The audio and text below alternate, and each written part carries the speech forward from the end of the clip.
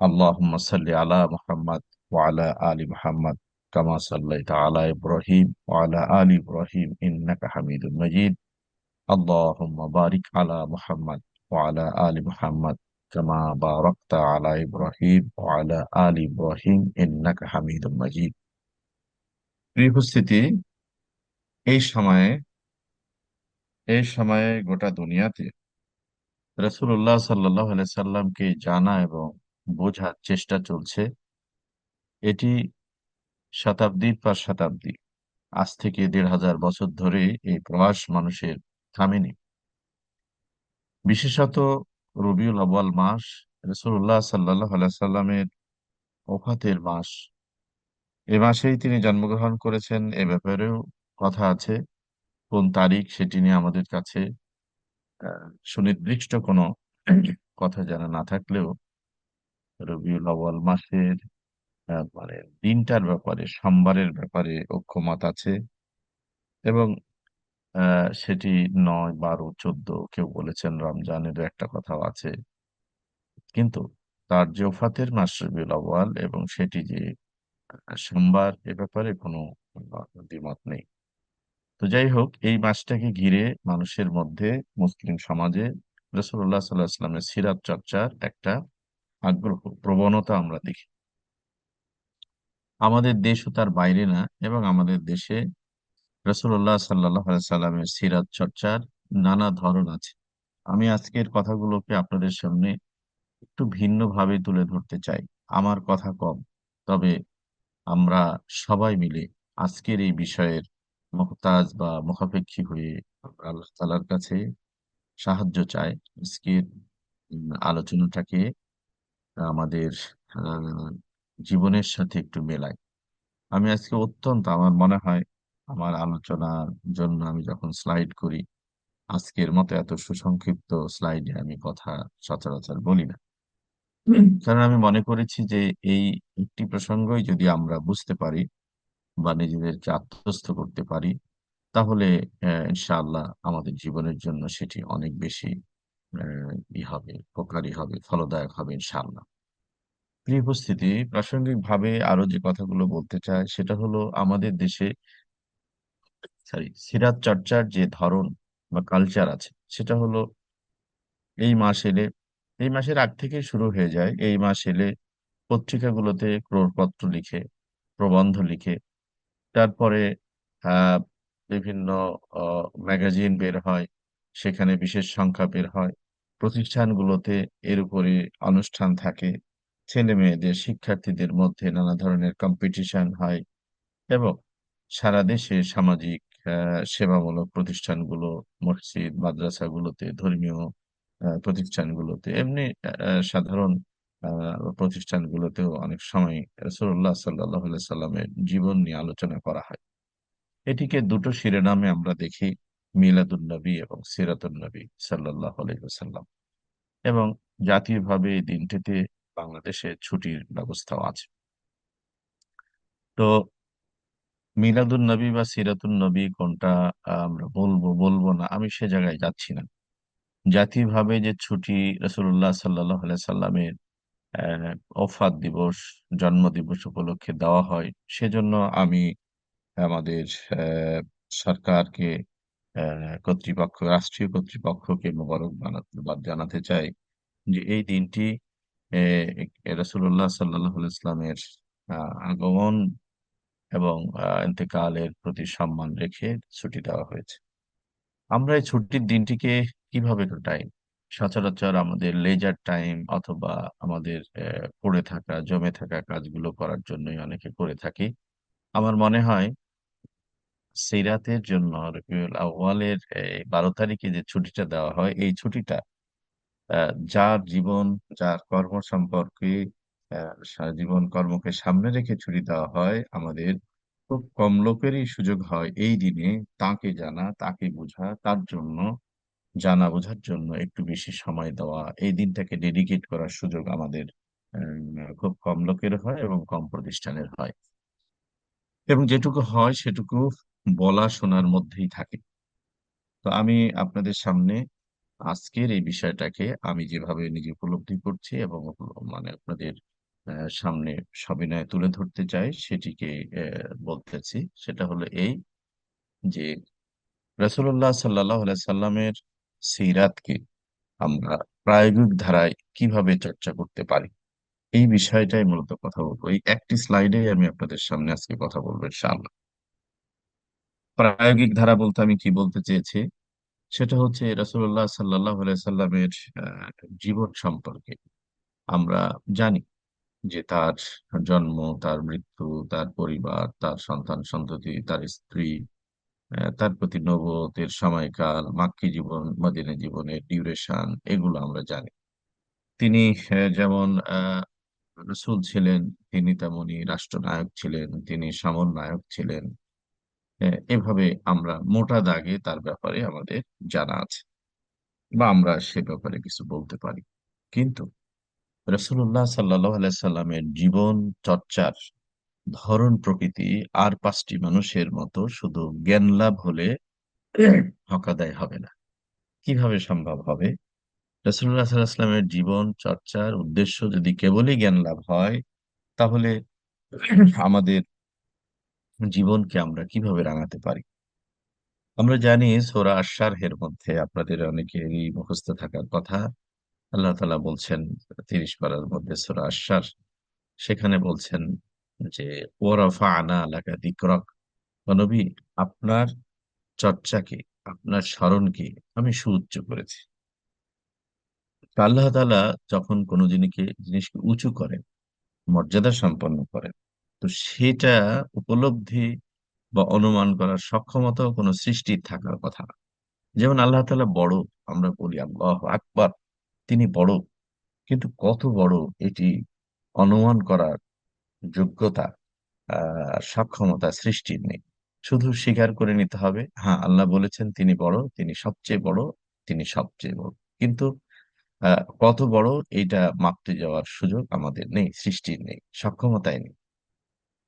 তো প্রায়োগিক ধারা বলতে আমি যেটা বলতে চেয়েছি সেটা হচ্ছে যে রাসূলুল্লাহ সাল্লাল্লাহু আলাইহি সাল্লামের জীবন সম্পর্কে আমরা জানবো এবং একই সাথে তার জীবনকে আয়নার মতো করে আমাদের সামনে রেখে তার মুখোমুখি আমরা দাঁড়িয়ে যাব। আপনারা যারা এই প্ল্যাটফর্মে আমার কথা শুনেছেন এর আগে, অনেকেই আশা করি আমার সাথে এই প্ল্যাটফর্মে পরিচয় হয়েছে, তারা জানেন যে আমি প্রায়শই রাসূলুল্লাহ সাল্লাল্লাহু আলাইহি সাল্লামের জীবনকে আয়নার সাথে তুলনা করি। আয়না কি জিনিস? আয়না আমরা জানি, আয়নার ব্যবহারটা কি? আয়না মানুষ কিনে কিন্তু রেখে দেয় না। অনেক কিছু রেখে দেয়, বই আলমিরায় রেখে দেয়, অনেক কিছু রেখে দেয়। কিন্তু ওয়ালমেট, সুন্দর সুন্দর ওয়ালমেট দেয়ালে ঝুলিয়ে রাখে।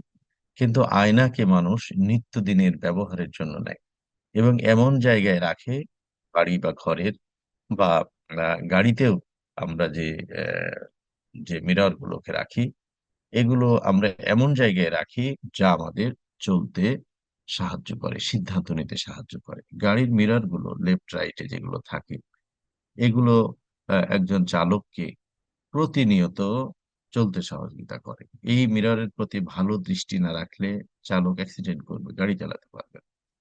আমরা বাড়িতে যখন রাখি, তখন আমরা আমাদের এমন জায়গায় রাখি যে সেটা দিয়ে যেন আমরা প্রতিনিয়ত পরিবারের সদস্যরা নিজেদেরকে দেখে নিতে পারি। বাইরে যাব, নিজেকে গুছিয়ে নিয়েছি কিনা, প্রেজেন্টেবল করেছি কিনা, অথবা আহ, নিজেকে আহ, দেখার প্রয়োজন হলে আমরা আয়নার সামনে দাঁড়িয়ে, অর্থাৎ নিজের জীবনকে গুছিয়ে নেওয়া, নিজেকে উপস্থাপন করার জায়গায়।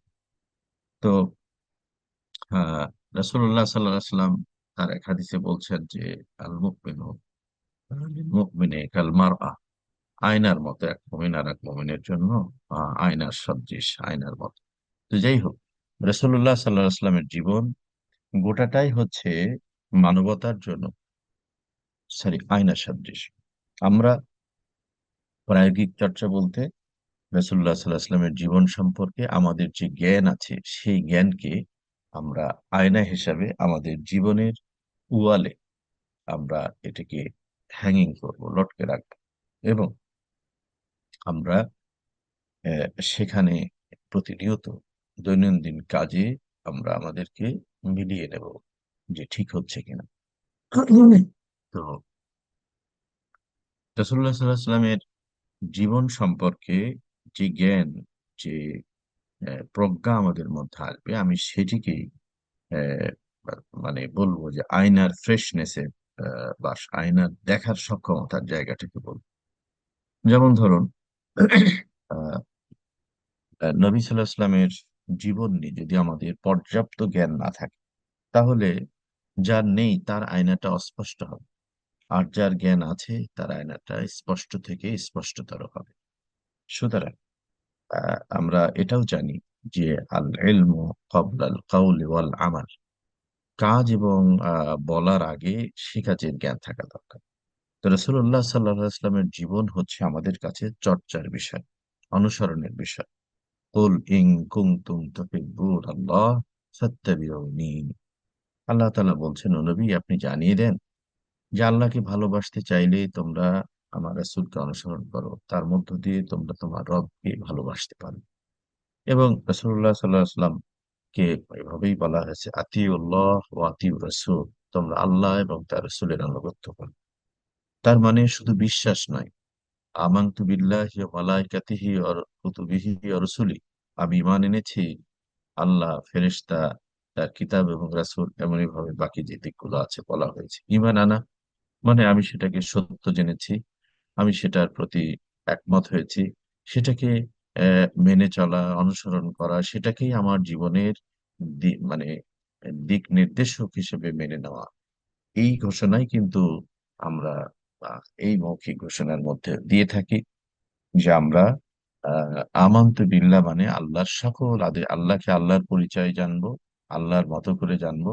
তিনি যে নিজের পরিচয় যেভাবে দিয়েছেন সেইভাবে জানবো, আর তিনি যেভাবে তাকে আনুগত্য করতে বলেছেন সেভাবে আনুগত্য করবে। এটাই হলো আমানতু বিল্লাহর অর্থ। কবি রসুলের অর্থ কি? আমি তার রসুলের প্রতি ঈমান আনার অর্থ কি? যে আল্লাহ তাআলা তার রসুলকে যেভাবে পরিচয় করিয়ে দিয়েছেন, রসুল্লাহ সাল্লাহ আলাইসাল্লাম নিজেকে যেভাবে আমাদের সামনে উপস্থাপন করেছেন, আমরা ঠিক সেইভাবেই তাকে জানব। আর পাশাপাশি আমাদের চলায় বলায়, উঠায় বসায়, ঘুমে জাগরণে আমরা তাকে অনুসরণ করব।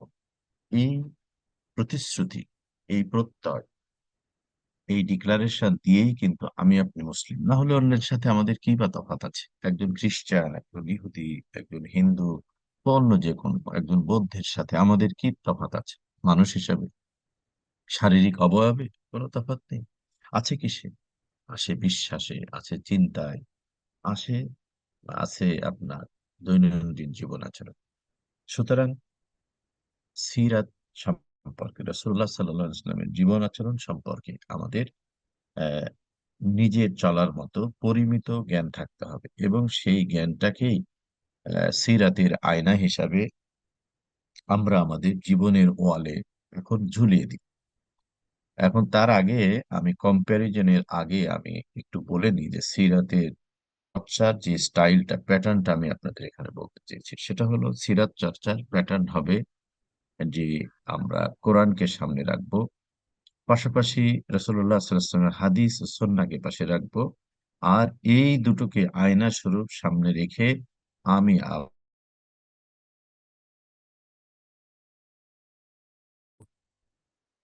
কোরআন এবং সুন্নাতে বর্ণিত সিরাতের যত কথা আছে, নবীজির জীবনাচরণের কথাগুলোকে যেভাবে দেওয়া হয়েছে, বলা হয়েছে, এই গোটাটাকে আমরা আয়না হিসেবে সামনে রাখবো, আর দাঁড়িয়ে যাব আমরা ব্যক্তি এবং সমষ্টি মানুষ তার সামনে, এবং মিলিয়ে নেব। এইভাবেই সিরাতের প্রায়োগিক চর্চা সম্ভব হবে। কোরআন কারীমকে আমি আপনি কেন সিরাত চর্চায় প্রথম আনবো? কারণ মা আয়েশা সিদ্দিকা রাদিয়াল্লাহু তাআলা আনহাকে রাসূলুল্লাহ সাল্লাল্লাহু আলাইহি ওয়াসাল্লামের ইন্তেকালের পরে কিছু সাহাবী এসে, যারা নবীজিকে দেখেননি, মানে সরি, কিছু মানুষ এসে জানতে চেয়েছেন যে নবীজির চরিত্র সম্পর্কে, জীবন আচরণ সম্পর্কে। তিনি বিস্ময় প্রকাশ করে তাদেরকে প্রশ্ন করেছেন, তোমরা কি কোরআন পড়োনি? তারা বলছে, হ্যাঁ আমরা পড়েছি। তারপর তিনি বলছেন, যদি কোরআন পড়ে থাকো তো যেটি কোরআন সেটিই ছিল রাসূলুল্লাহ সাল্লাল্লাহু আলাইহি ওয়াসাল্লামের জীবন। সুবহানাল্লাহি ওয়া বিহামদিহি সুবহানাল্লাহিল আযীম। অর্থাৎ কোরআনে যা বলা হয়েছে সেটাই তার জীবনে প্রতিফলিত হয়েছে। তার মানে কোরআনে কারিমের 6234 বা 32 বা 36টি আয়াত, এখানে যত আদেশ করা হয়েছে, যত করণীয় ডুয়েবল ম্যাটারকে বলা হয়েছে, সবগুলো একটি জীবনে প্রজেক্টেড হয়েছে। কোরআনের যত দ্যুতি, যত সৌন্দর্য, যত মুক্ত দানা সেখানে গচ্ছিত করা হয়েছে। কারণ কোরআনের বক্তব্যের মধ্যে কিছু আছে ইতিহাস, কিছু আছে আহ জান্নাতের বর্ণনা, ভবিষ্যতের কথা, কিছু আছে অতীতের কথা, কিছু আছে মানুষের জ্ঞানমূলক কথা, আর কিছু আছে মানুষের জন্য করণীয়। তো মানুষের জন্য যত করণীয়, সব করণীয় একটি জীবনে প্রজেক্টেড হয়েছে, প্রতিবিম্বিত হয়েছে, একটি জীবনে প্রতিফলিত হয়েছে। যেমন আমরা ক্যানভাস বলি না, ক্যানভাসে যেমন আপনারা আমার স্লাইডটা আপনাদের মোবাইলের ক্যানভাসে দেখছেন, আমি যা লিখেছি হুবহু সেটাই আপনারা দেখছেন, সেই রঙে সেই ভাবেই আপনারা দেখছেন, একটু কমও না একটু বেশিও না।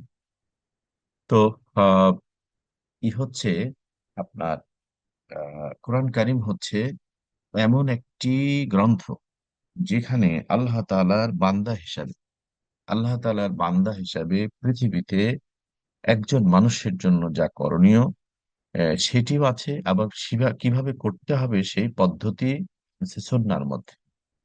কোরআনে কাজের আদেশ আছে, এই করতে হবে, নামাজ পড়তে হবে, রোজা রাখতে হবে, হাজ করতে হবে, জাকাত দিতে হবে। এই সকল আদেশ যেগুলো ডুয়েবল, সেটি কোরআন বলেছে, এটি রাসূলুল্লাহ সাল্লাল্লাহু আলাইহি ওয়াসাল্লামের জীবনে এসেছে, জীবনের মধ্যেই পাবেন। আর হাদিস ও সুন্নাহ কি? আমরা জানি যে রাসূলুল্লাহ সাল্লাল্লাহু আলাইহি ওয়াসাল্লামের কথা, কাজ, সমর্থন, মৌনতা, এগুলোকে আমরা হাদিস হিসাবে জানি। হাদিস মানে হলো নতুন কথা, কথা, বক্তব্য। তো রাসূলুল্লাহ সাল্লাল্লাহু আলাইহি ওয়াসাল্লাম মানে যা বলেছেন, যা করেছেন, যাকে সমর্থন দিয়েছেন অথবা মৌনতা অবলম্বন করেছেন, এই সবগুলো হলো হাদিস। আর সুন্নাহ কি? সুন্নাহ হচ্ছে রাসূলুল্লাহ সাল্লাল্লাহু আলাইহি সাল্লাম, ওই যে বললাম যে সব কাজ নিজে করেননি, কিন্তু অন্যরা করেছে, তিনি সমর্থন দিয়েছেন, করতে বলেছেন, অথবা মৌনতা অবলম্বন করেছেন, সেটা সম্মতি দিয়েছেন। এই এগুলো হচ্ছে গোটাটাই হাদিস। আর সুন্নাহ হচ্ছে নবী সাল্লাল্লাহু আলাইহি সাল্লাম নিজের জীবনে যে কাজগুলো করেছেন, যেভাবে করেছেন, সেই আহ, আহ, গোটাটার নামই হলো সুন্নাহ। যেমন কোরআন কারিম বলছে, কুলু ওয়াশরাবু ওয়ালা তুসরিফু, তোমরা খাও এবং পান করো, নষ্ট করো না। এটি কোরআনের আদেশ। এটি যখন রাসূল সাল্লাল্লাহু আলাইহি ওয়াসাল্লাম হাদিসে বলেছেন যে তিনিও এই আয়াতেরই প্রতিধ্বনিতার কথার মধ্যে, হাদিসের মধ্যে তিনি বলেছেন নানা জায়গায় নানা ভাবে। কিন্তু সুন্নায় গিয়ে আমরা যখন দেখব, তখন এই খাবারের জায়গাটা কিভাবে দেখবো যে উনি হালাল খাবারকে গ্রহণ করাকে, হালাল এবং পবিত্র খাবার গ্রহণ করাকে তিনি জীবনের নীতি হিসাবে গ্রহণ করেছেন। হালাল এবং পবিত্র খাবারের মধ্যে পার্থক্য কি? আপনারা হয়তো বলবেন যে হালাল হলে তো হয়, আবার পবিত্র কেন? বা পবিত্র হলেই তো হয়, আবার হালাল কেন? হ্যাঁ, আম পবিত্র জিনিস, মানে হাম হালাল জিনিস। কিন্তু এই আমটা যদি আহ বাড়ি মালিক থেকে, গাছের মালিক থেকে, ব্যবসায়ের মালিক থেকে আপনি অন্যায়ভাবে নেন, অবৈধভাবে নেন, চুরি করে নেন, তাহলে এটা অপবিত্র খাবার। মানে আমটা খাওয়া হালাল, কিন্তু আপনার সংগ্রহের প্রক্রিয়াটা হলো হারাম, সুতরাং এটা বৈধ নয়। যেমন ধরেন চাকরি করে বেতন গ্রহণ এবং তা দিয়ে জীবন জিন্দেগি পার করা, নির্বাহ করা, এটি হালাল। কিন্তু আপনি আপনার অ্যাপয়েন্টিং অথরিটির সাথে যে কন্ট্রাক্ট ছিল, যে সময়, যে সিনসিয়ারিটি, যে দক্ষতা, যে কাজগুলো আপনার জব ডেসক্রিপশনে ছিল, যেগুলো আপনি ওয়াদা করেছিলেন, সেটা দিয়ে যদি আপনি মাস শেষে বেতন নেন, এটি হালাল এবং পবিত্র। কিন্তু আপনি যদি আপনার ওয়াদা মতো কাজ না করেন, ফাঁকি দেন, মালিককে ঠকান, তাহলে এটি হালাল হবে কিন্তু পবিত্র হবে না, সেটি গ্রহণ করা যাবে না। আবার অনেক ব্যবসা বাণিজ্য আছে যেগুলোর জিনিসগুলোই অবৈধ। অনেক পেশা আছে যে পেশাগুলো অবৈধ। এই পেশায় আপনি যতই সিনসিয়ারিটি, যতই কমিটমেন্ট আমি আপনি করি না কেন, কমিটমেন্ট রক্ষার জায়গায় আমি আপনি ওয়াদা রক্ষাকারী হলাম, কিন্তু যেহেতু ওই ব্যবসাটা, ওই চাকরিটা বৈধ নয়, সেজন্য এখানকার ইনকামও আমার আপনার জন্য হালাল হবে না। তো রাসূলুল্লাহ সাল্লাল্লাহু আলাইহি সাল্লামের সমাজেও এমন অনেক পেশা ছিল যে পেশাটা গ্রহণ করাটা হারাম ছিল ইসলামের দৃষ্টিতে, তিনি সে পেশা নিজেই করেননি, অন্য তার সাথীদেরকে করতে দেন।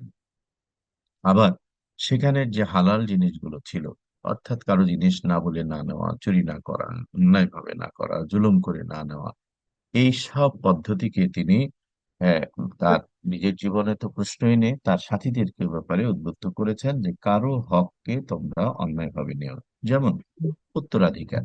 উত্তরাধিকার, বাবা মার সন্তানের সন্তানদের, এই বাবা মার সম্পদের সন্তানদের উত্তরাধিকার আছে, এটা আল্লাহর দেওয়া বিধান।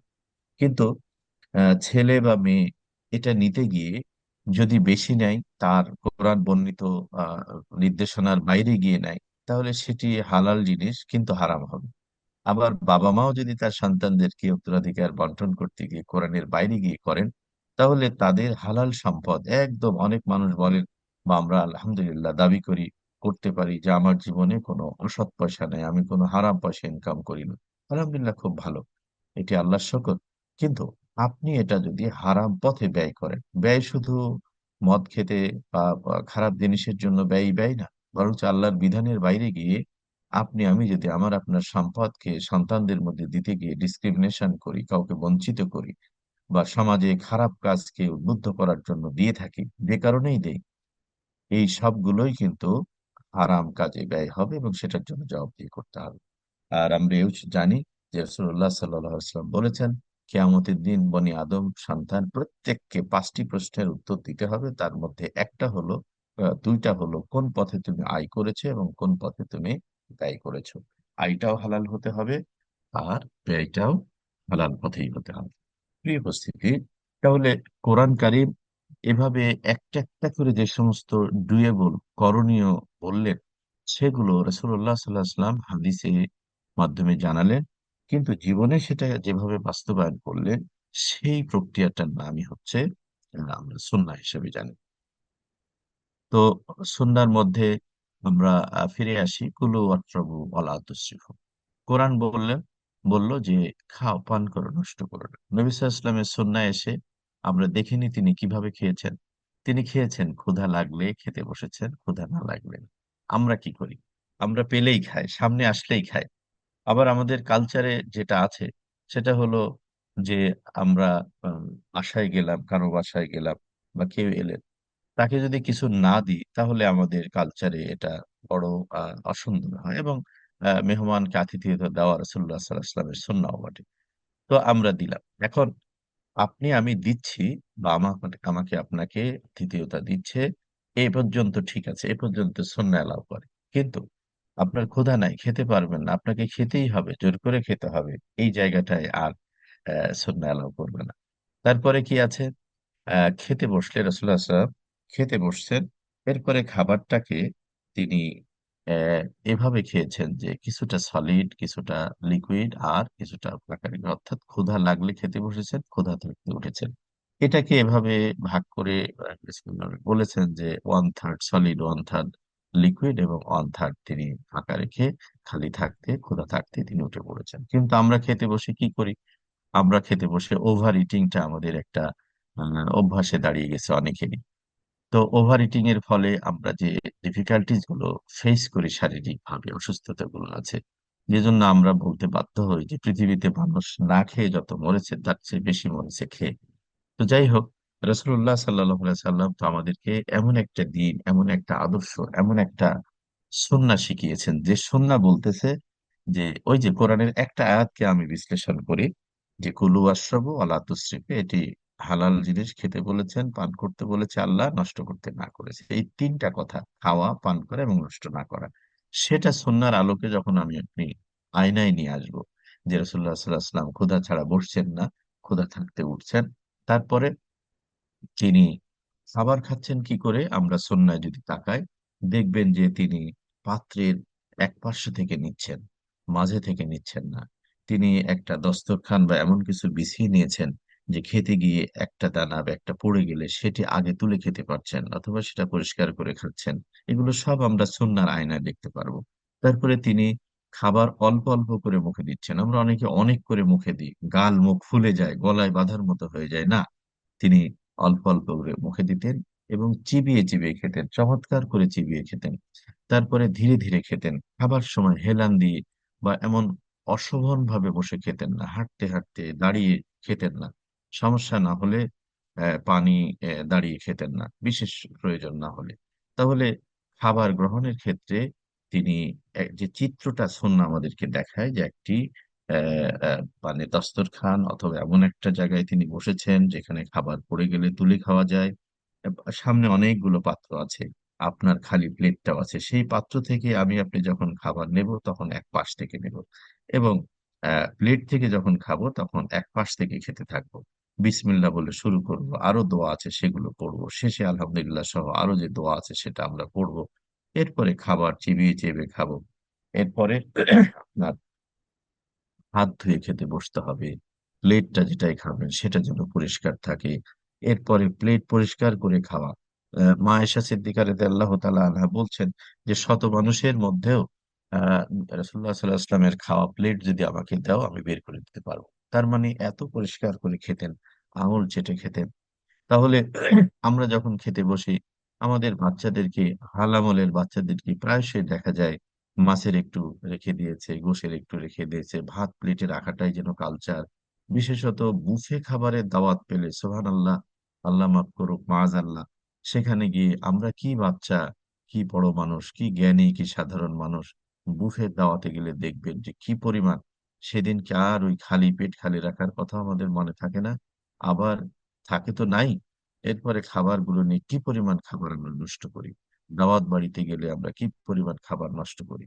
এগুলো, আমার দাওয়াতে যাওয়াটা ছিল সুন্নাহ, খাবারটা ছিল কোরআন দিয়ে বৈধ, কিন্তু নষ্ট করার এই হারাম কাজটা আমি আপনি করে আসলাম, এর জন্য জবাব দিতে হবে। এটি সুন্নাহ বিরোধী কাজ, এটি ইসলাম বিরোধী কাজ, এটি নবী জীবনের আয়না থেকে আমাদেরকে দেখতে হবে। তারপর দেখেন যে জায়গাগুলোতে আমাদের কালচার আমাদেরকে মানে এখানে বাউন্ড করছে বা অ্যাসিস্ট করছে না, সহযোগিতা করছে না। যেমন ধরুন, আপনার বাসায় গেলাম, আপনি আমাকে নাস্তা বা খাবার দিলেন, গ্লাস দিলেন, পানি ভরে দিলেন, অথচ আমি খাবার সময় হয়তো পানি খাই না। থাকতেই পারে, স্বাস্থ্যগত দিকে বলা হয় খাবার কিছু পরে পানি খেতে হয়। আপনি গ্লাস ভরে দিলেন, আমি প্রয়োজনে একটু খেলাম, বাকিটা রয়ে গেল, আমি উঠে গেলাম, পানিটা ফেলে দিলেন। তাহলে বাংলাদেশে ঢাকা শহরে, আমি অন্য কথা বাদই দিলাম, আহ, খাবার পানির কি খুবই অ্যাভেলেবিলিটি আছে। তাহলে আমি আপনি একটা গ্লাস বা কাপের যে পানিটা ফেলে দিলাম, এই পানি ফেলাটা আমি হারাম কাজ করলাম। আর এই হারামে সহযোগিতা করলো আমার আপনার কালচার, যে যাবেন গ্লাস বা কাপ ভরে পানি দিতে হবে কেন, জাগটা থাক, গ্লাসটা পাশে থাক, আপনি দেন, অল্প করে দেন, অথবা যেটুকু তিনি খেতে পারেন, অথবা তাকে বলেন যে পানি ঢেলে দেবো কিনা, দিলে কেমন, একটু কথা বলেন না। তাহলে হবে কি, এই পানি নষ্টের এই কাজটা হবে না, হারাম থেকে আল্লাহ বলেননি যে এক জাগ নষ্ট করলে সেটা হারাম হবে, গ্লাস নষ্ট করলে হারাম হবে না। মানে এরকমটি বলা হয়। যে কোনো পরিমাণকে নষ্ট করতে বলা বা নষ্ট করা হারাম বলা হয়েছে। প্রবাহিত প্রবাহিত পানিতে, স্রোতস্বিনী নদীতে, ঝর্ণায় দাঁড়িয়ে আহ, প্রয়োজনের পরিমাণ চেয়ে বেশি পরিমাণ পানি ব্যবহারকেও যে নবী নিষেধ করেছেন অজু বা গোসলে, যে সেখানেও তোমরা অপচয় করো, সেখানে কি অপচয়ের কোনো সুযোগ আছে? না। তার মানে সেখানেও আমার পানি ব্যবহার, গোসলে আমার যা লাগা সেটুকুই আমরা করব। কিন্তু এটাও যখন না করা হয়েছে, সেই নবীর সুন্নাহ, সেই নবীর সিরাত আলোচনা, প্রায়োগিক দিক যদি আমরা বিবেচনা করি, সামনে রাখি, তাহলে কি আমরা জীবনে আর কখনো নষ্ট করতে পারবো? আমরা দেখেন প্যাকেট খাবার খাই, প্যাকেট খাবার খেতে গিয়ে যতটুকু পারলাম খেলাম, আপনাকে আমাকে কেউ বেশি সব খেতে বলেনি। যেটুকু পারেননি সেটুকু হাতে করে নিয়ে আসেন, অথবা খাওয়ার শুরুতে আমি আপনি জানি যে আমি কতটুকু পারবো, কোন আইটেমটা খাবো। ধরেন একটা কাচ্চির প্যাকেটের মধ্যে গোশও আছে, ডিমও আছে, আপনার সালাদ আছে, আবার আলু আছে।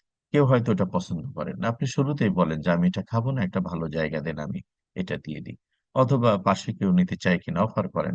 অথবা আপনি কাউকে না পেলে খান, বাকিটা প্যাকেটে নিয়ে আসেন, এটি নষ্ট করবেন না, এটি কাউকে দেন, অথবা আপনার ইয়ার জন্য, বাসায় এ জাতীয় জিনিস, পশু পাখি খাবারের থাকলে তার সামনে দেন, এটা খাবারের জন্য। অর্থাৎ কোনো ক্রমেই খাবার নষ্ট করার আমাদের সুযোগ নেই। তাহলে কুলু অশ্রবু ওয়ালা তুসরিফু, আমি খুব মাইনর জিনিস, ছোট ছোট জিনিসকে বললাম, আপনারা এটা নিয়ে একটা বাচ্চাকে ছোট থেকেই শেখান।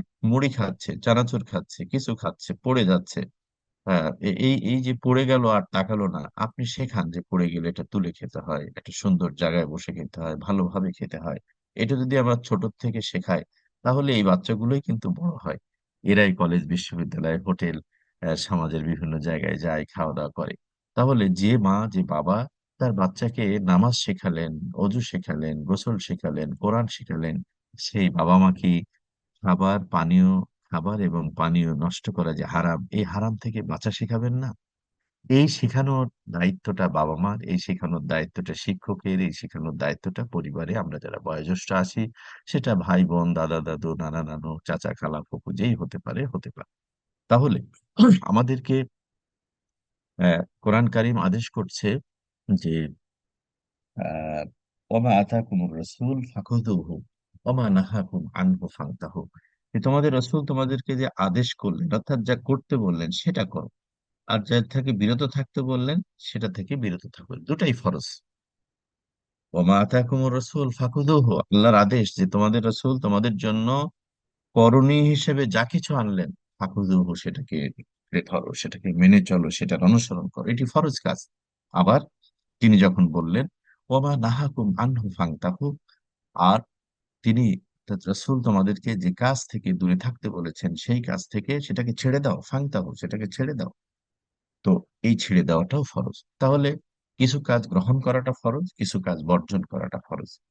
তাহলে সুন্নাহর কাছে যদি আমি না যাই, তাহলে কোন কাজটাকে রাসূল সাল্লাল্লাহু আলাইহি সাল্লাম গ্রহণ করেছেন, কোনটাকে বর্জন করেছেন, সেটা আমরা কিভাবে বুঝবো? প্রিয় উপস্থিতি, আমি আমি বিশেষজ্ঞ নই, আমি আপনাদের মতোই আপনাদেরই একজন ভাই। তো আমি আমার উপলব্ধি বোধ, আমার যতটুকু যৎসামান্য বোঝার জানার যে সুযোগ দয়াময় আমাকে দিয়েছেন, সেই জায়গা থেকে আমি সিরাতুন নবী সাল্লাল্লাহু আলাইহি সাল্লাম এর প্রায়োগিক চর্চার জায়গাটাকে এইভাবে দেখছি যে কোরআন কারীম যত কাজ আমাকে আপনাকে করতে বলেছে, সেটি সন্দেহাতীত ভাবে রাসূলুল্লাহ সাল্লাল্লাহু আলাইহি সাল্লামের জীবনে সেটা প্রজেক্টেড হয়েছে, প্রতিফলিত হয়েছে, তিনি সেটা করেছেন। এবং তিনি কিভাবে করেছেন সেটিকে সুন্নাতে আমরা দেখব, তার সুন্নাহর মধ্যে আমরা দেখব। তিনি ঘুমিয়েছেন কিভাবে এটা কি আমরা জানি না? তিনি কিভাবে জেগেছেন, কিভাবে মানুষকে রিসিভ করেছেন, নবীজি সালাম দিয়ে রিসিভ করেছেন। আমি আপনি যদি হাই বলে রিসিভ করি, তিনি সালাম মানে দোয়া করে বিদায় দিয়েছেন, ফি আমানিল্লাহ বলেছেন। আমি আপনি যদি বাই বলে বিদায় দিই, দেখা হবে বন্ধু, সি এগেন, এসব যদি বলি, এগুলো হয়তো কারো কালচারের সাথে মিলতে পারে, নাকি আমাকে আপডেটেড মনে হতে পারে, কিন্তু নিঃসন্দেহাতীত ভাবেই মুহাম্মদ রসুল্লাহ সাল্লাহ আলাইস্লামের মানে আহ, গ্রহণ, রিসিপশন এবং বিদায় জানানোর সাথে মিলবে না। আর যদি না মিলে, তাহলে এই অংশটুকু আমার আপনার জীবনের মিসম্যাচ থেকে যাবে।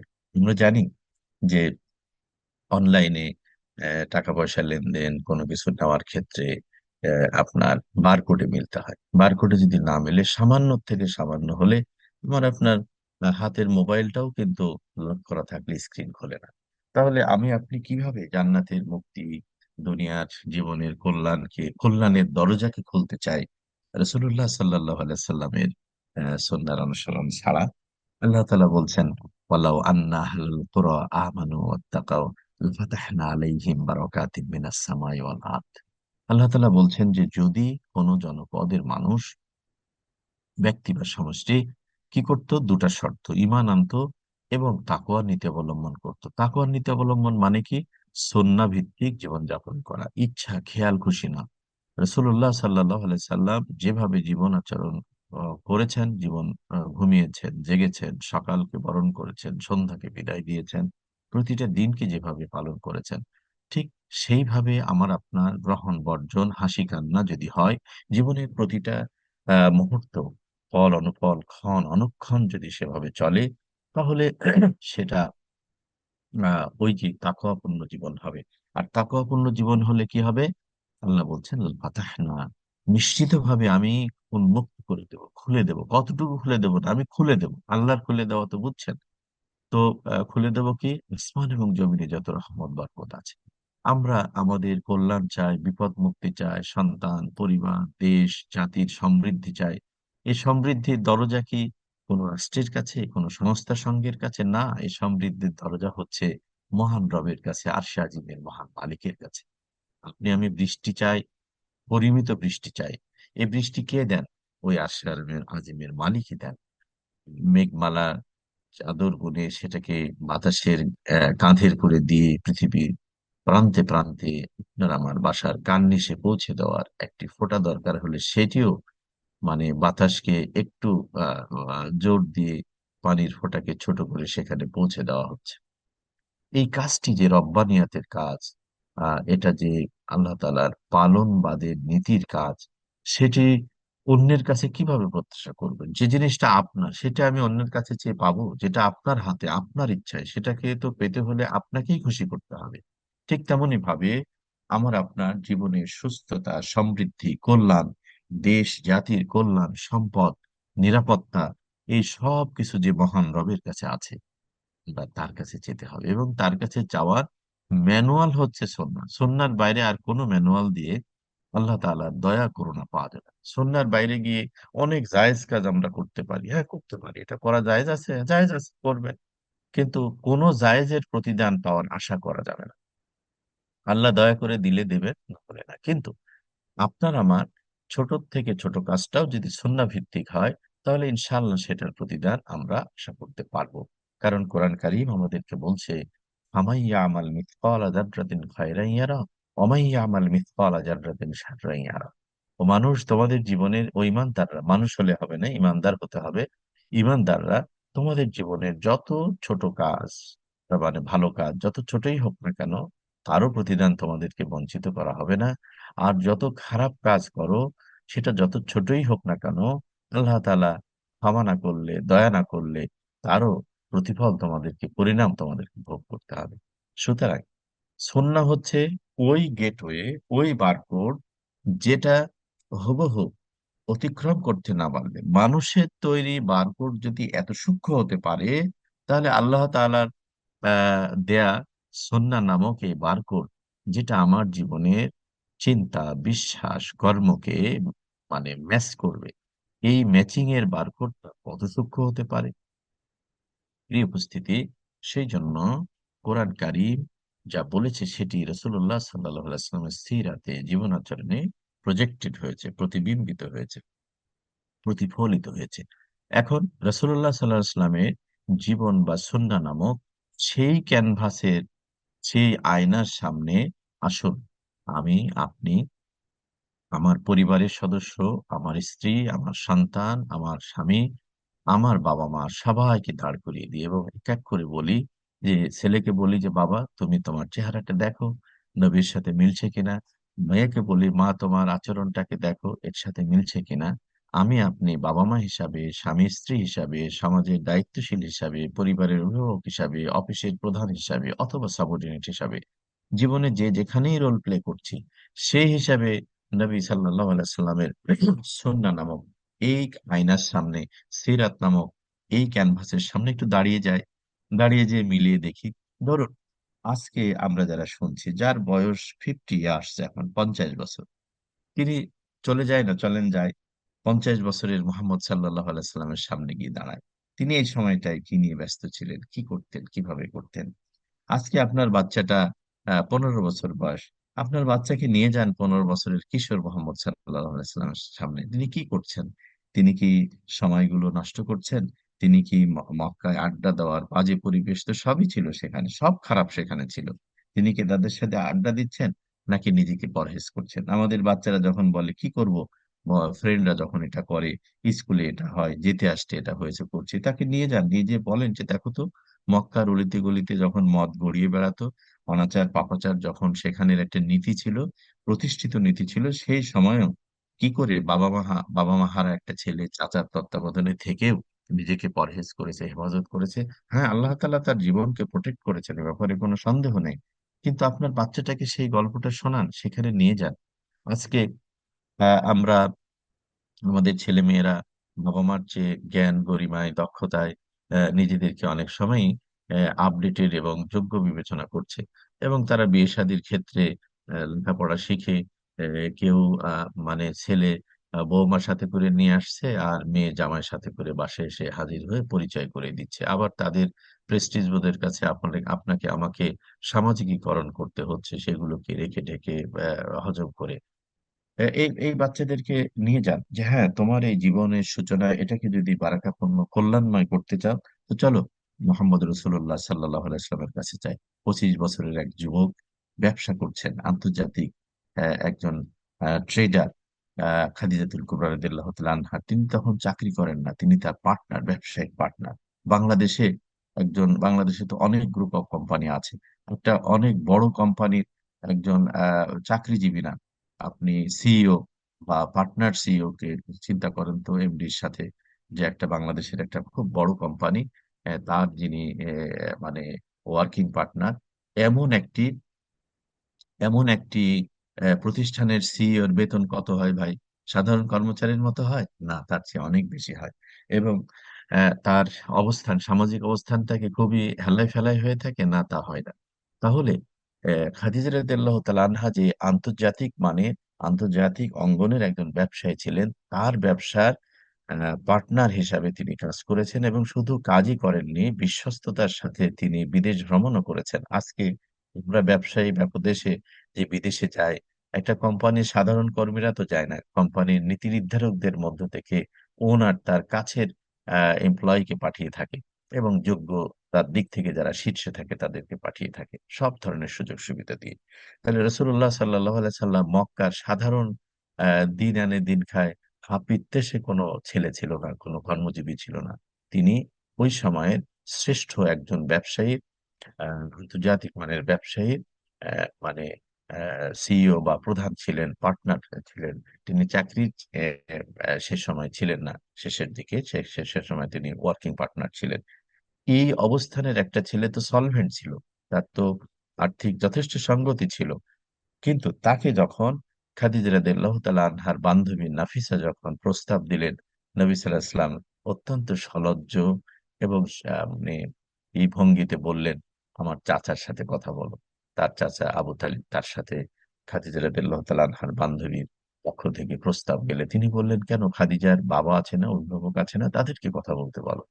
তারপরে দুই অভিভাবক, আহ, পিতৃমাতৃহীন এই এতিম বালক মোহাম্মদ রসুল্লাহ সাল্লাম, বালক মানে নাবালক না, বয়স তখন 25, সিদ্ধান্ত নেবার যথেষ্ট সুযোগ হয়েছে। যে সমাজে বিয়ে শাদী নৈতিকতার কোনো বালাই ছিল না, সেখানে একটা ছেলে এভাবে তার জীবন সঙ্গিনী নির্বাচনের ক্ষেত্রে তার গার্ডিয়ানকে সামনে দিচ্ছেন, তার মতামতের অপেক্ষা করছেন, তার মতামতের উপরে নির্ভর করতে যাচ্ছে। আর ঠিক তেমনি ভাবে মা খাদিজাতুল কুবরা রাদিয়াল্লাহু তাআলা আনহা ব্যবসা চালাচ্ছেন, তার দক্ষতা যোগ্যতা এরম মানে ইনকাম করা একটা মেয়ে সে বিবাহ করবে, তার জন্য বাবা মার উপরে নির্ভর করতে কেন হবে? আজকে আমাদের ছেলে মেয়েরা চাকরি পেলে নিজেরা মনে করে আমরা প্রতিষ্ঠা পেয়ে গেছি, প্রতিষ্ঠিত হয়ে গেছি, সুতরাং বাবা মার কি দরকার, আমাদের জীবনের সিদ্ধান্ত আমরা নেব। আমাদেরকে যদি বাবা মা কিছু বলে, তো সেটা তো আমাদের স্বাধীনতার উপরে হস্তক্ষেপ হবে, এবং তাদের জীবন জিন্দেগিতে বাবা মা অধিকারী করতে পারে না। বা তারা আবার ইসলামের কথাও বলে যে ইসলাম তো হস্তক্ষেপ করতে নিষেধ করেছে। কিন্তু এটা তাদের দোষ না, তাদের সামনে আমরা রাসূলুল্লাহ সাল্লাল্লাহু আলাইহি ওয়াসাল্লামের এই সুন্নাহ, বিয়ের তিনি যে করেছিলেন, পরে দুই গার্ডিয়ানের সাথে কথা হলো, তারপরে সেই সময়ের সামাজিকতাকে মেনে বিয়ে শাদী হয়ে গেল। তাহলে আমাদের সন্তানদের এই যে পড়াশোনা কালীন অথবা পড়াশোনা শেষ করে নিজেরা নিজেরা যে নিজেরা নিজেরা যে করে নিয়ে আসে, বিয়ে করে বাড়িতে নিয়ে এসে যা মানে হাজবেন্ড অথবা ওয়াইফকে পরিচয় করিয়ে দেয়, এই কালচার, এই দুর্গতির জন্য কি আমাদের ছেলে মেয়ে দায়ী? না, এই দুর্গতির জন্য ওরা বাবা মারা দায়ী, আমরা তাদেরকে শেখাতে পারিনি। আমাদের ঘরগুলো হাতড়িয়ে দেখেন তো, সিরাতের কয়টা বই পাবেন, পেলে বহু পুরানো একখানা কিনেছিলেন 10 বছর আগে, সেটা আমার আপনার মানে কি বলে, ফার্নিচার চেঞ্জ হয়, পুরনো হলে চেঞ্জ হয়, যাদের আল্লাহ সামর্থ্য দিয়েছেন, সামর্থ্যহীনরাও একটু নষ্ট হলে চেঞ্জ করতে চান। তো ফার্নিচার চেঞ্জ হয়, বাসার কালার চেঞ্জ হয়, ফ্লোরের টাইলস চেঞ্জ হয়, আমাদের ডাইনিং টেবিল ক্রোকারি যেগুলো চেঞ্জ হয়। আর জীবনকে দেখার জন্য যে আয়নাটা, সন্না চর্চার জন্য, সন্ন্যার ক্যানভাসকে টাঙাবার জন্য আমার আপনার হৃদয় পটে, মানুষ পটে, তার জন্য কটা বই আমাদের কাছে আছে, কোরআন শরীফ আছে, তার অনুবাদ নাই, অনুবাদ আছে তো সেটাকে ভালো করে বোঝার নানা আঙ্গিকে অনেক তাফসীর বের হয়েছে, সেগুলো আমার আপনার বাসায় একটা ছোট্ট শেলফ নাই। বাসায় অনেক জায়গা আছে, লিভিং স্পেস আছে, ডাইনিং ড্রয়িং, অনেকের আল্লাহ যাদের সামর্থ্য দিয়েছেন অনেক কিছু আছে। যাদের সামর্থ্য দিয়েছেন, অনেকগুলো গাড়ি আছে, একাধিক মানে উপভোগের সবকিছু আছে, কিন্তু শুধুমাত্র ইবাদতের একটু কর্নার নাই, শুধুমাত্র রিডিং একটা ভালো রূপ নেই, অথবা আমার সেলফ গুলোতে দায় সারা গোছের কিছু বই কেউ গিফট দিয়েছে, সেটা রেখে দিয়েছেন, খোলার সময় পাননি, অথচ পছন্দ করে একটা কেনার শখ নেই। আমাদের মেয়েরা, বোনেরা, ভাইয়েরা, ছেলে মেয়েরা পছন্দ করে নানা অকেশনে নানা জিনিস কিনে নিয়ে আসে, মেলা থেকে অনেক রকমের জিনিস এনে রাখে। শোপিসের প্রতি আমাদের যে আগ্রহ, ফার্নিচারের প্রতি যে আগ্রহ, ক্রোকারিজের প্রতি যে আগ্রহ, অথচ আমার আপনার জীবন জিন্দিকে সাজাবার জন্য ভালো বই, এগুলোর প্রতি আমাদের আগ্রহ কতখানি আছে, একটু আজকের আলোচনা কি আমরা একটু রিয়ালাইজ করি। আমি এই জন্য প্রায়োগিক বলছি। ভাই, আমি অনেক উদাহরণ দিয়ে, অনেক কিছু দিয়ে আপনাদের চোখে পানি আনলাম, মনে ঝড় তুললাম, কি লাভ হবে যদি আমার আপনার জীবনে সেটা না হয়। আমি সেই জায়গাটাকে পরিহার করেছি। আমি আপনাদের এই ফোরামকে আমি চিনি, এবং বিশ্বাস করেন এখন আপনারা 222 জন আমার সাথে কানেক্টেড আছেন। আমি দেখছি, আমি শুরুতেই বলেছি, আবারও বলছি, যে আপনাদের হৃদয়গুলো কোরআন জানার জন্য, রাসূলকে জানার জন্য এখানে সম্পৃক্ত হয়েছে। তার মানে আসমানের নিচে মাটির উপরে আপনাদের হৃদয়ের প্রত্যেকের, ইচ অ্যান্ড এভরি ইন্ডিভিজুয়ালস, মানে হৃদয়ের যে এখন যে স্ট্যাটাস, সেটি সবচেয়ে উত্তম একটা স্ট্যাটাসে আছে। আল্লাহ তাআলার করুণা সিক্ত হচ্ছেন আপনারা, করুণা ধন্য হচ্ছেন আপনারা। আজকে জুমাবারের এই সকাল আপনারা অতি পবিত্র একটি ইচ্ছা, একটি প্রচেষ্টা দিয়ে শুরু করেছেন। আমি দোয়া করছি আরশে আজিমের মালিক, আমি যে আশায় আপনারা আমার সাথে সম্পৃক্ত হয়েছেন, আপনাদের সেই ক্ষুধা, আপনাদের সেই পবিত্র বাসনা মেটাবার মতো সামান্যতম সামর্থ্য আমার নেই। আমার সে জ্ঞান, আমার সে আমল, আমার সে তাকওয়াপূর্ণ জীবনে এমন কিছু নেই যে আমার কথা শুনে আপনাদের হৃদয় বিগলিত হবে, আপনাদের কানে কথাটা লেগে থাকবে, আপনাদের মানে কলিজাতে কোনো প্রভাব ফেলবে। এমন কোনো প্রভাবক চরিত্রবান আমি নই। আমার এমন কোনো আমল নেই যে আপনাদের হৃদয়ে ছাপ ফেলবে। তবে আমি আপনাদের সাথে করে আরশে আজিমের মালিকের কাছে এই দোয়াই করছি যে, রব, আজকের এই প্রোগ্রামের আয়োজক এবং অংশগ্রহণকারীরা যে ক্ষোধা নিয়ে, যে তৃষ্ণা নিয়ে এই প্রোগ্রামে এসছে, তুমি তোমার পক্ষ থেকে তাদের হৃদয়ে সেই ক্ষোধাকে তুমি মিটিয়ে দিও। আমাদের প্রত্যেকের হৃদয়কে তুমি কোরআনের আলোয় আলোকিত করো, আর সন্ন্যার বিভাময় করো। আমাদের হৃদয়গুলোকে কোরআন এবং সন্ন্যার আলোয় এমন আলোকোজ্জ্বল করো, যেন আমরা শুধু নয়, আমাদের পরিবার নয়, আমাদের প্রতিবেশী দেশ জাতি যেন আমাদেরকে দেখে দিনকে খুঁজে পায়, রাসূলুল্লাহ সাল্লাল্লাহু আলাইহি ওয়াসাল্লামের সৌন্দর্যকে খুঁজে পায়। আচ্ছা ভাই, আমরা যারা এখানে আছি, বা বোন, আমরা যারা এখানে আছি, আমরা অনেকেই হয়তোবা জাকাত দাতা নই, সেই সামর্থ্য আমাদের নেই। এখানে যারা আছেন, কেউ এমনও থাকতে পারেন যাদের বাইতুল্লাহ দেখার সুযোগ হয়নি। এগুলো আর্থিক সামর্থ্যের উপরে নির্ভর করে। এখানে যারা আছেন তাদের অনেকেই অসুস্থ থাকতে পারেন, যারা ঠিক মতো হয়তো মসজিদে যেতে পারছেন না। এখানে যারা আছেন অনেকেই ঋণগ্রস্ত থাকতে পারেন, যাদের মনটা সবসময়ই ভারাক্রান্ত থাকে। এখানে স্বজন হারানো মানুষরা থাকতে পারেন। কত সীমাবদ্ধতা আমাদের কাছে আছে। কিন্তু রাসূলুল্লাহ সাল্লাল্লাহু আলাইহি ওয়াসাল্লামের সুন্নাহকে, সিরাকে অনুসরণের জন্য এমন অনেক কাজ আছে যেগুলোর জন্য কোনো খরচ লাগে না। শুধু ১ম এ লাগে জ্ঞান, তারপরে লাগে ইচ্ছা। সেটি কেমন? যেমন নবীজি তো হাসতেন। তিনি যেভাবে হাসতেন, আমরা যদি সেভাবে হাসতে চেষ্টা করি, তাহলে কি কোনো খরচ হবে? তার জন্য কি সুস্থতা দরকার হবে? তার জন্য কি অনেক সক্ষমতা, অনেক যোগ্যতা লাগবে? না। তিনি কিভাবে হাসতেন, এই কথাটা নির্ভরযোগ্য গ্রন্থ থেকে একটু দেখেন। আর আপনার আমার হাসিটাকে রাসূল সাল্লাল্লাহু আলাইহি ওয়াসাল্লামের হাসির সাথে পরিবর্তন করে ফেলুন। তিনি যেভাবে খেতেন, আপনার আমার সামনে যে খাবার এলো, এই খাবারটা, প্লেটটার দাম ৳৫,০০০ হতে পারে। খাবারের ওই মেনুগুলো হতে পারে ৳১০০, ৳২০, ৳১০ মেনু হতে পারে, কিচ্ছু যায় আসে না। একটা শুকনো রুটি আপনি যদি রাসূলুল্লাহ সাল্লাল্লাহু আলাইহি ওয়াসাল্লামের পদ্ধতিতে আমি আপনি খেতে পারি, তাহলে এই রুটির চেয়ে উত্তম খাবার এ পৃথিবীতে আর কেউ খাবে না। আর অনেক দামি খাবার, অনেক দামি খাবার যদি সুন্নাহ বর্জিত পন্থায়, পদ্ধতিতে আমি আপনি খাই, তাহলে আমার আপনার মতো ঘৃণিত খাদ্য গ্রহণকারী আর এই মাটির উপরে থাকবে না। আমরা কি একবার কল্পনা করতে পেরেছি আমার আপনার জীবকে কত বৈচিত্র্যময় করেছেন। এই একটি অঙ্গ দিয়ে আমি আপনি একই সাথে টক মিষ্টি ঝাল ভালো লাগা মন্দ লাগা সবকিছু এই একটি অর্গান দিয়ে টের পাচ্ছি। যে দয়াময়, যে রহমানুর রহিম আমার আপনাকে জিভের মতো এরূপ নিয়ামতপূর্ণ একটি অর্গান দিলেন। আমার কান ভালোটা শুনে মন্দটা শুনে, পছন্দেরটা শুনে অপছন্দেরটা শুনে, আমার আপনার শরীরে যে অঙ্গ প্রত্যঙ্গ দেওয়া হয়েছে সেই অঙ্গ প্রত্যঙ্গ গুলো শুকরিয়া আদায় করার ভাষা সক্ষমতা কি আমার আপনার আছে? প্রিয় উপস্থিতি, এগুলো আল্লাহ তাআলা এমনি দেননি, এগুলো আমাদেরকে দয়া করে দিয়েছে। আমরা কদিন আগে দেখলাম আমাদের জাতীয় জাগরণের জন্য জীবনটাকে কত তুচ্ছ করে মানুষের মুক্তির জন্য যারা তুলে ধরল, আবু সাইদ থেকে শুরু করে, এই প্রেরণা, এই উদ্দীপনা, এই উৎসাহ পৃথিবীতে আর কেউ দিতে পারে না। শুধুই পারে সুন্নাহ ভিত্তিক জীবন, সুন্নাহ ভিত্তিক স্বপ্ন, কোরআনের, সিরাতে রাসূল সাল্লাল্লাহু আলাইহি ওয়াসাল্লামের দেখানো স্বপ্নই দিতে পারে। নবীজি যখন বলেছেন যে যুদ্ধের জন্য প্রস্তুতি নাও, এই যুদ্ধে শরীক হও, এখানে শহীদ হলে তোমাদের জন্য এই জান্নাত অপেক্ষা করছে। মুখে খেজুর দিয়েছে, খেজুর বের করে ফেলে এ, এ, মানে খেজুর খাওয়ার সময়টুকু তারা জান্নাত পাওয়ার জন্য বিলম্ব করেনি, শহীদ হওয়ার জন্য বিলম্ব করেনি। মুখের খেজুর ফেলে দিয়ে দৌড় দিয়ে রাসূলের ডাকে সাড়া দিয়েছেন জান্নাত পাগল হয়ে।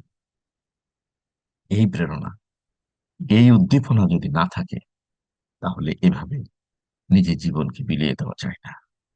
সেই উপস্থিতি, এই আমাদের মুক্তির এই মিছিলে ভাবতে পারছেন কতজন চোখ হারিয়েছে, দু চোখই হারিয়েছে, এক চোখ হারিয়েছে, বুলেট এখনো যায়নি। শহীদ হয়েছে যারা তা তো বাদই দিলাম, হাত হারিয়েছে, পা হারিয়েছে, বিকলাঙ্গ হয়েছে।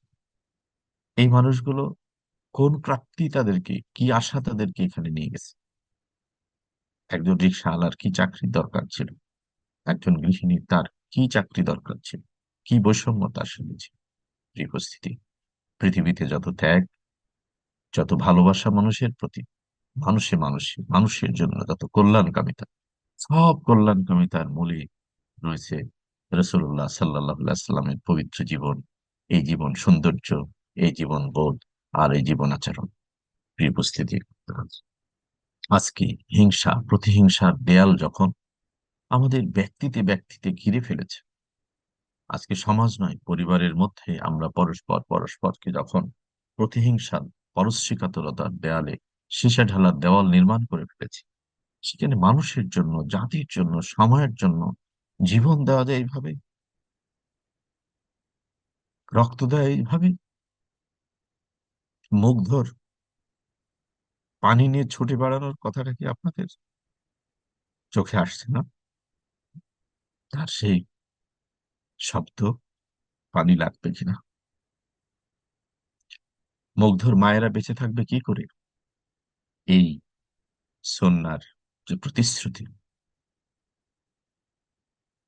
এই সন্ন্যার যে প্রতিশ্রুতি, সেই প্রতিশ্রুতি কাল থেকে কালান্তরে মানুষকে বাঁচিয়ে রাখে। প্রিয় উপস্থিতি, ওহুদের যুদ্ধ, ওহুদের যুদ্ধ, এক মহিলা পাগলিনীর মতো মানুষের চলাচলের পথে অপেক্ষা করছেন, যাকে সংবাদ দেওয়া হচ্ছে তোমার স্বামী গেছে, শহীদ হয়েছে, সন্তান গেছে, শহীদ হয়েছে। মহিলা বিরক্ত হয়ে বলছেন, আমি স্বামীর সংবাদ শোনার জন্য আমি এখানে দাঁড়াইনি, আমি উদগ্রীব হয়ে ছুটে আসিনি আমার সন্তান কেমন আছে সেটা জানার জন্য, বরং আমি অপেক্ষা করছি আল্লাহ রসুল সাল্লাল্লাহু আলাইহি সাল্লাম কেমন আছে। কি উপস্থিতি,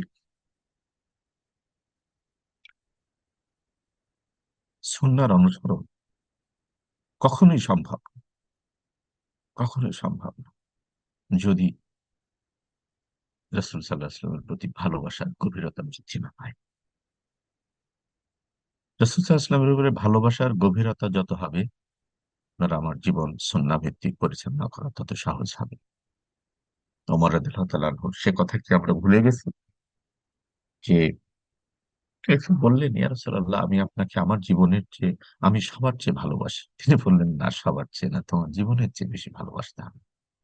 সুতরাং সিরাতুন নবী সাল্লাল্লাহু আলাইহি সাল্লাম এর প্রায়োগিক চর্চার ধরনটা নবী সাল্লাল্লাহু আলাইহি সাল্লামের প্রতি ভালোবাসার গভীরতার উপর নির্ভর করে। আমরা হৃদয়ের যে গহীন কোণ থেকে আমরা ভালোবাসতে পারবো, ঠিক সেই ভালোবাসার গভীরতার উপরই সুন্নাহর অনুসরণ আমাদের মধ্যে দেখা যাবে। প্রিয় উপস্থিতি, আমরা মানুষের কত কিছু দেখে, প্রাচুর্য, বাড়ি, গাড়ি, পোশাক, কত কিছু দেখে আমরা আহ আশ্চর্যান্বিত হই। কিন্তু দিন চর্চায়, নবীকে ভালোবাসায়, নবীজির প্রতি ভালোবাসার গভীরতা দেখে আমরা হয় না, আমাদের মধ্যে আশ্চর্য হয় না, আগ্রহ জাগবে না। এরপরেও কি আমরা বলবো যে আমাদের জন্য জান্নাতের দরজাগুলো অপেক্ষা করবে, রাইয়ান আমাদের জন্য অপেক্ষা করবে, আমরা রোজা আছি রোজাদার হিসেবে, এই রোজাদার হিসেবে আমাদেরকে নেবে যে রোজাদার মিথ্যা ছাড়েনি, পাপাচার ছাড়েনি? স্যার, প্রিয় উপস্থিতি, আমি আপনাদের সময়ের ধৈর্যচ্যুতি ঘটাবো না। আমি আপনাদের প্রাতিষ্ঠানিকতার এই প্রোগ্রামের কালচার অনুযায়ী আমি সময়ের মধ্যে শেষ করতে চাচ্ছি। সেটা হচ্ছে সুন্নাহ, সিরাতুন নবী সাল্লাল্লাহু আলাইহি ওয়াসাল্লাম চর্চার জন্য কোরআনকে, সুন্নাহকে সাথে রাখবো, কোরআনের আদেশকে সামনে রেখে সেটি কিভাবে রাসূলুল্লাহ সাল্লাল্লাহু আলাইহি ওয়াসাল্লামের জীবনে প্রতিবিম্বিত হয়েছে সেটাকে দেখে কোরআন এবং সুন্নাহর আয়নায় আমরা আমাদের আহ, ব্যক্তিকে, পরিবারকে, সন্তান সন্ততিকে, সমাজকে, প্রিয়জনকে মুখোমুখি করব, দাঁড়িয়ে মিলিয়ে নেব কোনটি ভুল আর কোনটি সঠিক, কোনটি কিভাবে করতে হবে। প্রতিটি সোনালী সকাল নবীজি কিভাবে বরণ করতেন, প্রতিটি সন্ধ্যাকে কিভাবে বিদায় দিতেন, রাতের আলিঙ্গনটা কিভাবে হতো, বিছানায় তিনি কিভাবে যেতেন, কিভাবে উঠতেন, তার মহান রবকে তিনি কি ভাষায় ডাকতেন, কত আপন করে ডেকেছেন, ইয়া হাইয়ু ইয়া কাইয়ুম, হে চিরস্থায়ী, হে চিরঞ্জীব, ইয়া হাইয়ু ইয়া কাইয়ুম, বিরাহমাতিকা আস্তাগীথ, আপনার দয়া, আপনার ক্ষমা আমরা চাচ্ছি, আশ্রয় চাচ্ছি। ওয়াসলিহ লিসানি কুল্লাহ, আপনি আমাদের চরিত্র মাধুরীকে পবিত্র করেন, সংশোধন করেন, কালিমাগুলোকে দূর করে দেন। আর কত কঠিন কথা এখানে, কত প্রাণময় কথা। ওয়ালা তাকিলনি ইলা নাফসি তরফাতা আইনিন, ও রব, আমাকে, আমার জীবনকে একটি চোখের পলকের মতো, একটা সিঙ্গেল, মানে ব্লিঙ্কিং বলে, একটা সিঙ্গেল চোখের পলকের মতো সময় আমাকে আমার করে ছেড়ে দিও না, তোমার দয়া এবং রহমতের বাইরে দিও না। সুবহানাল্লাহ। এটি ছিল নবী সাল্লাল্লাহু আলাইহি ওয়াসাল্লামের আল্লাহর প্রতি নির্ভরতা এবং দোয়ার ভাষা। সুতরাং নবীজির ভাষায় দোয়া করতে শিখি, তার মতো করে খেতে শিখি, পড়তে শিখি, চলতে শিখি, বলতে শিখি, হাসতে শিখি। নবীজির মতো করে ঘুমাতে কত টাকা খরচ হবে, তার মতো করে জুতা পরতে, তার মতো করে ওয়াশরুমে যেতে, বের হতে, তার মতো করে মেহমান রিসিভ করতে, বিদায় দিতে কত টাকা খরচ হবে, কত বরাদ্দ লাগবে, কত ডিগ্রি লাগবে? নিশ্চয়ই এই উত্তরগুলো আমার চেয়ে আপনাদের কাছে বেশি ভালো আছে। আসুন, আল ইমান ইনস্টিটিউট এই প্ল্যাটফর্ম থেকে আমাদের জীবনে রাসূলুল্লাহ সাল্লাল্লাহু আলাইহি ওয়াসাল্লামের সিরাত চর্চার একেবারে হাতে ধরে ধরে ছোট ছোট করে প্রতিটি সকাল, প্রতিটি সন্ধ্যা, প্রতিটি দুপুর এভাবে আমরা যেন কম্পেয়ার করে নিই, জীবনের সাথে মিলাই। তাহলে আশা করা যায় আমাদের জীবন, আমাদের পরিবার, আমাদের সমাজটি সুন্নাহর আলোয় উদ্ভাসিত হবে ইনশাআল্লাহ। আমাদের কাজগুলোর প্রতিটি কাজের প্রতিদান আমরা কাল কিয়ামতে আলোক উজ্জ্বল ভাবে দেখতে পারবো। আমি আবারও বলছি, আমি আবারও বলছি, যে আল্লাহ তাআলা আমার ভাই বোন যারা আজকে আহ, কোরআনকে জানার, তোমার রাসূলকে জানার এক বুক আশা নিয়ে এখানে এসেছে, আল্লাহ, আমি যা পারিনি সেটুকু আপনি পূরণ করে দেন, এই প্রোগ্রামকে কবুল করেন। হাদা মা ইনদি ওয়াল ইলমু ইনদাল্লাহ, আস্তাগফিরুল্লাহ লি ওয়া লাকুম ওয়া লিসাইরিল মুসলিমিন। আসসালামু আলাইকুম ওয়া রাহমাতুল্লাহি ওয়া বারাকাতুহু। ওয়ালাইকুম আসসালাম। আলহামদুলিল্লাহ, আমরা সমসাময়িক প্রেক্ষাপট এবং আমাদের করণীয় নিয়ে অথবা আমাদের জীবনে সিরাতের প্রভাব নিয়ে আমরা মনোমুগ্ধকর যে আলোচনা শুনলাম। মহান আল্লাহ সুবহানাহু ওয়া তাআলা এগুলো নিয়ে আমাদের বাস্তবিক জীবনে, পারিবারিক এবং সামাজিক জীবনে কাজ করার তৌফিক দান করুন, এবং সত্যিকার অর্থে আমিন। আমরা যেন রাসূল করিম সাল্লাল্লাহু আলাইহি ওয়াসাল্লামের চরিত্রকে শুধু ধারণ না, বরং আমরা আমাদের জীবনে বাস্তবায়ন করার সর্বোচ্চ চেষ্টাটুকু করে যেতে পারি। আল্লাহ সুবহানাহু ওয়া তাআলা আমাদের সেই তৌফিক দান করুন। মহান আল্লাহ সুবহানাহু ওয়া তাআলার কাছে এগুলো বাস্তবায়নের জন্য আমরা তার করুণা চাই, আমরা তার রহমত চাই।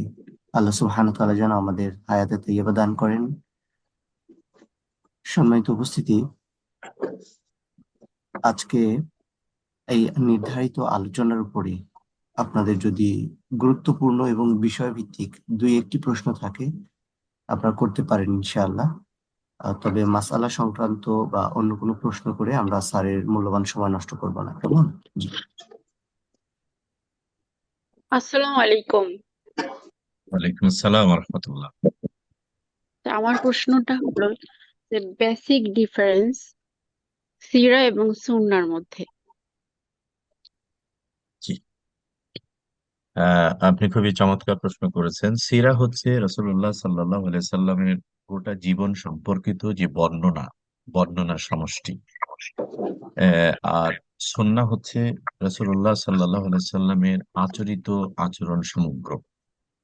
তো আচরিত আচরণ সমগ্রগুলো ভেরিফাইড হয়েছে কোরআন এবং সহিহ হাদিস দ্বারা, আমরা সেটাকে সুন্নাহ বলছি। আর সিরা হলো ঐতিহাসিকদের নানা বিবরণ। এখানে হাদিসের গ্রন্থ আছে, কোরআনের উদ্ধৃতি আছে, হাদিসের উদ্ধৃতি আছে, তারপরে মাগাজি গুলো আছে, সামায়েল গ্রন্থগুলো আছে। এরকম সাতটা আটটা উৎস থেকে সিরা বা জীবন চরিত্রগুলো রচিত হয়েছে। এবং আমরা জানি যে ইতিহাসের গ্রন্থ এগুলো হচ্ছে পৃথিবীর সবচেয়ে ওপেন বুক। সেখানে যে যার অঙ্গন থেকে, জায়গা থেকে লিখেছে, ফলে সেখানে কিছু বাড়তি কিছু ঘাটতি হতেই পারে। তো সেই জন্য আমরা সিরার যে সমস্ত গ্রন্থ আছে সেগুলো পড়বো এবং জানবো, কিন্তু কোরআন এবং হাদিসের আলোকে যে বিশুদ্ধতা সেটি যাচাই করব। সুন্নাহ বলতে আমরা সেটাই বলছি যেটি নবী সাল্লাল্লাহু আলাইহি ওয়াসাল্লাম তার ব্যক্তিগত জীবনে, পরিবার জীবনে বা তার আচরিত আচরণের ওই পাঠটা যেটা অথেন্টিক সোর্স থেকে আমাদের কাছে পৌঁছেছে। আর সিরাটা হলো কমন লিটারেচার বা part of history, part of biography of prophet সাল্লাল্লাহু আলাইহি ওয়াসাল্লাম, যেটা আহ, একটুখানি অনেক ক্ষেত্রে যাচাই করে লেখা হয়নি, সেগুলোকে আমাদেরকে দেখে নিতে হবে। অনেক ওয়েস্টার্নরা নবীজি সিরা লিখেছেন, অনেকে লিখেছেন। এগুলো পার্ট অফ সিরা বা সিরা লিটারেচারের অংশ, বাট সেগুলোকে উইদাউট এনি মানে জাস্টিফিকেশন আমরা সেগুলোকে গ্রহণ করব না, তবে জানবো অবশ্যই। জি। জি, আসসালামু আলাইকুম। আ- ওয়ালাইকুম আসসালাম রহমতুল্লাহ। আমার কোশ্চেনটা এই যে সিরাতের গ্রন্থ নিয়ে, যে জি। কোনটা অথেন্টিক বা এই টাইপের যদি একটা মেহরবানি করে একটু লিস্ট পাওয়া যেত, তাহলে মানে কার বইটা নিব বা কার বইটা পড়বো। হ্যাঁ, মানে একদম নবীজির পুরা জীবনীটা, এই এই একটাই। আর আমার পক্ষ থেকে অনেক সুন্দর করে আপনাকে অনেক অনেক আহ, আন্তরিক মোবারকবাদ এবং আমার সালাম। যে আমরা খুব সহজেই আসসালাম খুব ছোট রহমতুল্লাহ। ছোট জিনিসগুলি আমরা বুঝতে পেরেছি। দোয়া করবেন আমাদের সবার জন্য এই গ্রুপে। জি, আসসালামু আলাইকুম। ওয়ালাইকুম আসসালাম রহমতুল্লাহ। আজকের আলোচনাটাকে যদি আল্লাহ তাআলা কবুল করে নেন, তাহলে কত ভালো হবে না এই আলোচনা। প্রতিদিন আমরা কালকে আমাদের যখন অনেক বড় করে আমাদের মহান রবের কাছে পাবো, তখন নিশ্চয়ই আমরা খুশি হব এবং অনেক উপকৃত হব। এবং আজকে এই সময়ে আমরা যত ভালো ইচ্ছা করেছি সেগুলো যদি আল্লাহ দয়া করে কবুল করে নেন, ইনশাআল্লাহ আমাদের জীবনের বাকি সময়টা কত আলোকময় হবে। আমি সেই একটা সোনালী স্বপ্নের জন্যই আপনার এই দোয়াকে তার সাথে মিলিয়ে বলছি যে আল্লাহ যেন আমাদের সবাইকে কবুল করেন। আর দ্বিতীয়ত হলো সিরাতের, সিরাতের ব্যাপারে অসংখ্য গ্রন্থ লেখা হয়েছে এবং হবে। এভাবে নামে বলা কঠিন যে কোনটা সবচেয়ে ভালো গ্রন্থ, তবে কিছু নাম তো বলাই যায়। যেমন আমি যদি আপনাদেরকে বলি যে রহমতের নবী মোহাম্মদ সাল্লাল্লাহু আলাইহি সাল্লাম, ডক্টর রাগিব সারজানি, এটি একটা ভালো বই। যেমন সিরাতুন নবী সাল্লাল্লাহু আলাইহি সাল্লাম, আল্লামা নওমানীর লেখা। সিরাত ইবনে হিশাম আছে, সিরাত ইবনে ইসহাক আছে। তারপরে যেমন মাল মুস্তাফা, ডক্টর সালমান আল আউদার লেখা আছে। তারপরে আহ আসা হোসেন আব্দুর রউফ দানাপুরি, তিনি লিখেছেন একটা বই। তারপরে আপনার কি বলে আর রাহিকুল মাকতুম, শফিউল্লাহ ওবারকপুরি রাহিমাহুল্লাহ, তিনি লিখেছেন। বিজাহুল্লাহ, তিনি লিখেছেন এই বইটা। এটি আমাদের সবার কাছেই প্রসিদ্ধ। এভাবে সিরাকের অসংখ্য গ্রন্থ আছে। তা আমার মনে হয় যে আমাদের ইমান ইনস্টিটিউটের ফাউন্ডার, আমার অত্যন্ত স্নেহভাজন শরফুদ্দিন, আমি তাকে রিকোয়েস্ট করব যে অথেন্টিক এবং সমকালীন কম্পেয়ার করে পড়তে পারেন এমন, আমার মনে হয় যে 5-7টা বা 10টা বই নাম দিয়ে দিয়ে নাম দিয়ে দিয়েন। আমি আশা করি আমাদের ভাষায় কোরআন এবং সিরাতের যেন একটি কর্নার থাকে, এবং এটা দিয়ে দিলে ইনশাআল্লাহ আপনারা উপকৃত হবেন। অনেক বই বাংলা, ইংরেজি, আরবিতে আছে। আমরা বাংলা ইংরেজি গুলো বাংলাদেশে অ্যাভেলেবল আছে, আমরা দেখবো ইনশাআল্লাহ।